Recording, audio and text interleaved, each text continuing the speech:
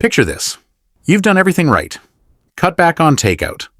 Canceled the subscriptions you never used. Every payday, a little money moves into savings. $50 here, $150 there. You watch the number grow, and it feels good. It feels responsible. It feels like proof that you're finally getting your life together. Then one afternoon, you check your account. $15,000. You should feel proud. And for a second, you do. But then you notice the interest rate. 0.4%. You do the math. That $15,000 earned you about $60 this year. $60. Meanwhile, your coworker mentions she's up 12% this year. Your cousin won't stop talking about his index fund. Every finance video in your feed says the same thing. Stop saving. Start investing. And suddenly you're sitting there wondering, wait, have I been doing this wrong the whole time? Here's the uncomfortable truth. You haven't been doing it wrong. You've just been doing half of it. Because saving and investing aren't the same skill. They're not even the same goal. And confusing the two is the single biggest reason smart, disciplined people stay financially stuck for years. So in this video, we're going to break down exactly how to make the jump from saving to investing, without blowing up your safety net and without needing to become a Wall Street expert overnight. My name is Jack. If you've ever stared at your savings balance and wondered if it should be doing more, hit subscribe, because this channel is built for exactly that moment. Let's start with the part that sounds almost backwards. Saving money by itself will almost never make you wealthy. I know that sounds strange coming from a finance channel, but stay with me because saving was never designed to build wealth. It was designed to protect you.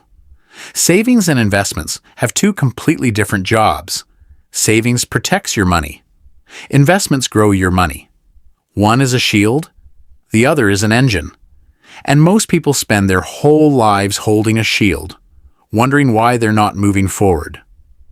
Let's look at the math, because the math is where this really clicks. Say you save $15,000 in a typical savings account, earning 1% a year. After 12 months, you have $15,150. Now compare that to investing. The stock market, historically, has averaged around 10% a year over long stretches of time. That same $15,000, growing at 10%, becomes $16,500 in 1 year. Already, that's a real gap. But here's what most people never actually calculate. Extend that out to 20 years. At 1%, your $15,000 turns into roughly $18,300. At 10%, that same $15,000 becomes almost $101,000. Same starting amount. Same person. Wildly different future. And this is where it gets interesting, because the biggest wealth gap in this country isn't between people who spend and people who save.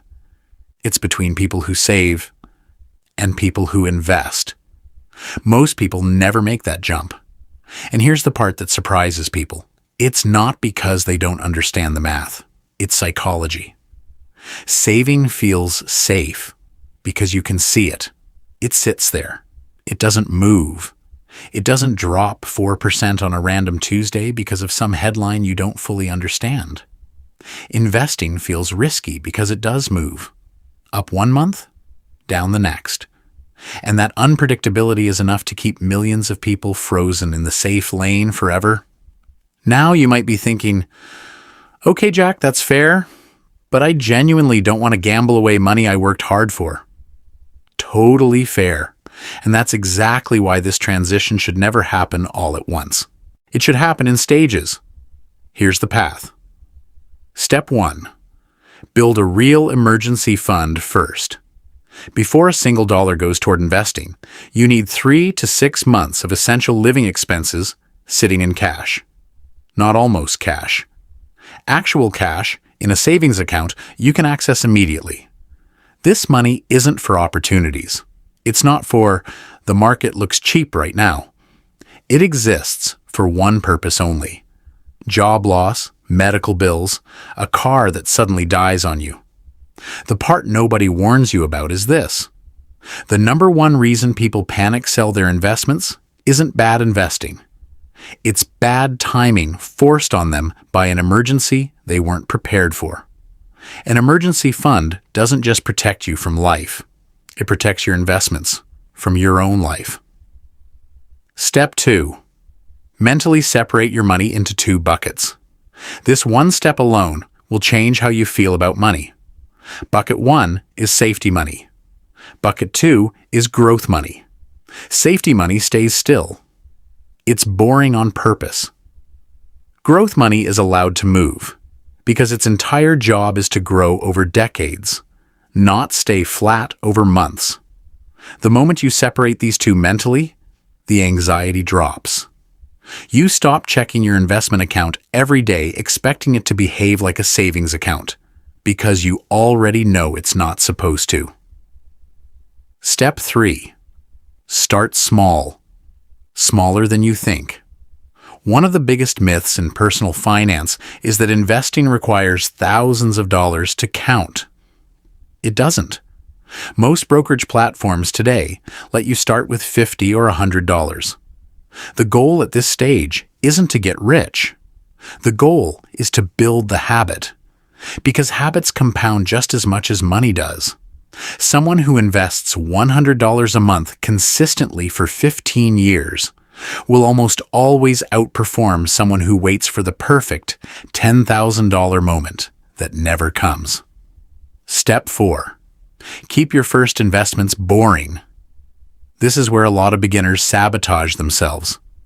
They skip the fundamentals and jump straight into options trading, day trading, or the latest crypto trend they saw online.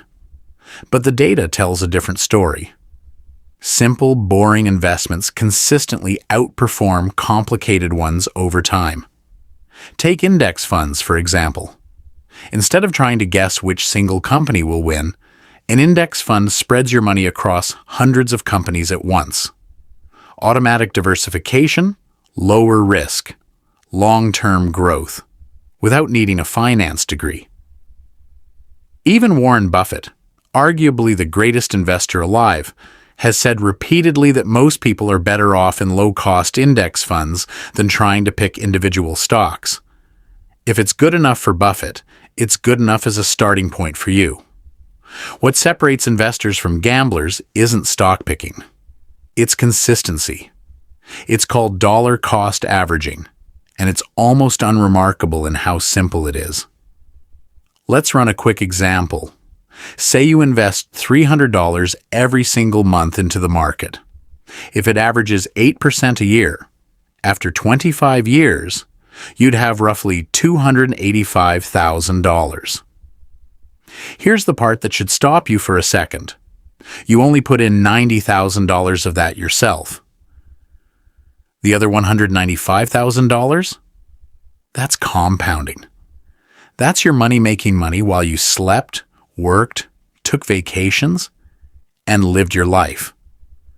But even with that math laid out in front of you, psychology still gets in the way. Because investing is uncomfortable at first.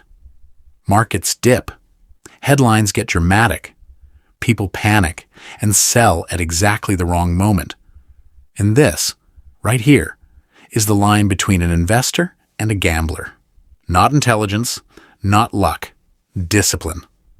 Let me give you a quick way to picture it. Saving money is like storing seeds in a jar. Safe, protected, but nothing ever grows. Investing is like planting those same seeds in soil. At first it looks messy. Nothing seems to be happening. But underground, roots are forming. And given enough time, what you planted becomes something far bigger than the seed you started with. There's one more objection worth answering. Okay, but what happens if I start investing and the market crashes right after? Great question. And here's the key insight most beginners miss. Market crashes are normal. They've happened dozens of times throughout history, and every single time, The market has eventually recovered and gone on to new highs. More than that, long-term investors actually benefit from downturns. When prices drop and you're still investing consistently, your monthly contribution buys more shares at a lower price. When the market eventually recovers, those extra shares work in your favor. This is why experienced investors don't panic during volatility.